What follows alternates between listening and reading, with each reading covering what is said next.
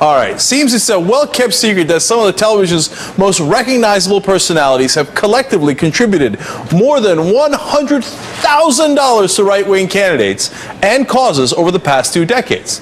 Alex Trebek donated $3,000 to former Republican Senator Chuck Hagel. Drew Carey thought $2,300 price was right for a contribution to Ron Paul. Well, we're killing you today. All right.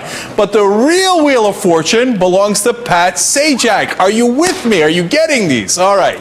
They're not hard. He alone has given more than $10,000 to a host of politicians, including Fred Thompson, Bob Dole, Rudy Giuliani, John McCain, George Allen, Rick Lazio, and RNC Chair Michael Steele. Wow, if you're giving to Steele, you're really a Republican. All right.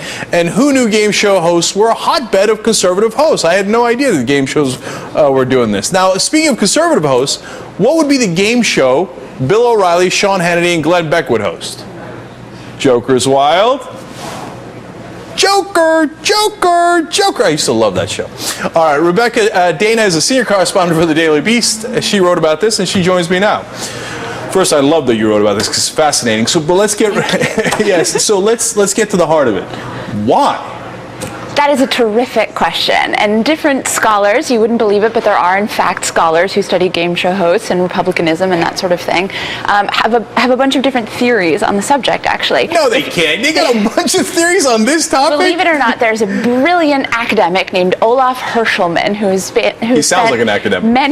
Doesn't he? Spent many years studying the evolution of game shows in America and their influence on politics and culture, and he really charts the evolution or the development of the modern form of the game show we have today, to the Reagan years. And you see the game shows that were, they were hugely popular in the 1980s, and you saw game shows that used to really depend more on sort of factual knowledge. People actually had to know something to be successful on these shows, to the more kind of contemporary incarnation where you don't really have to know anything. You just have to either A, have proper family values. There are a lot of shows about conventional love and nuclear families, or B, be very lucky. And this appeals to a kind of, this is a little bit of a stretch here, but the theory is it appeals to a kind of rugged individualist, and the sort of person who would be drawn to hosting a game show would believe in a kind of American dream, a kind of like, you go out there by yourself and that's when you get the windfall. All right, I love that all we need to win now is, give me an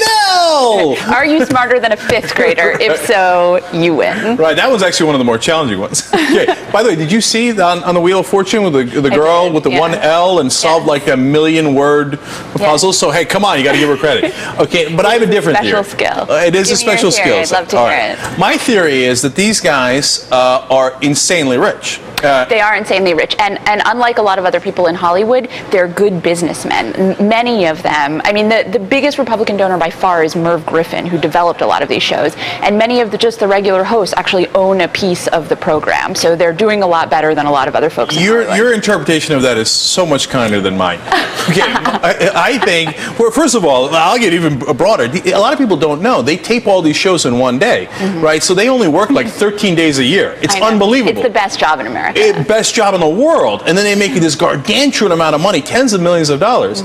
So now if you're not working that much, making tens of millions of dollars, what do you want? You want tax cuts, right? Yes, you don't want to pay your taxes. But the thing is, and that's a very good theory, but these aren't just fiscal conservatives. Some of them are, but and of course you have the outliers like Ben Stein, who is in the Nixon administration. He's funneling tens of thousands of dollars to Republican candidates. But if you talk to someone like John O'Hurley or Pat Sajak, who just debuted a column for National Review, they really have kind of deeper conservative principles. Alex Trebek is a big supporter of veterans in the military and defense spending. So it goes a bit deeper than just wanting more money in their pockets. Yeah, absolutely. And to be fair to them, like Chuck Hagel's, back in the day was roughly moderate Republican, if such a thing exists, right? So, and a lot of these are more moderate Republicans that they're giving to, and I don't know if that's being fair or unfair to them, but it's true. So I just wanted to point that out. And Rebecca Dana, she's with the Daily Beast, and this was a wonderful article and wonderful conversation. Thank you so much.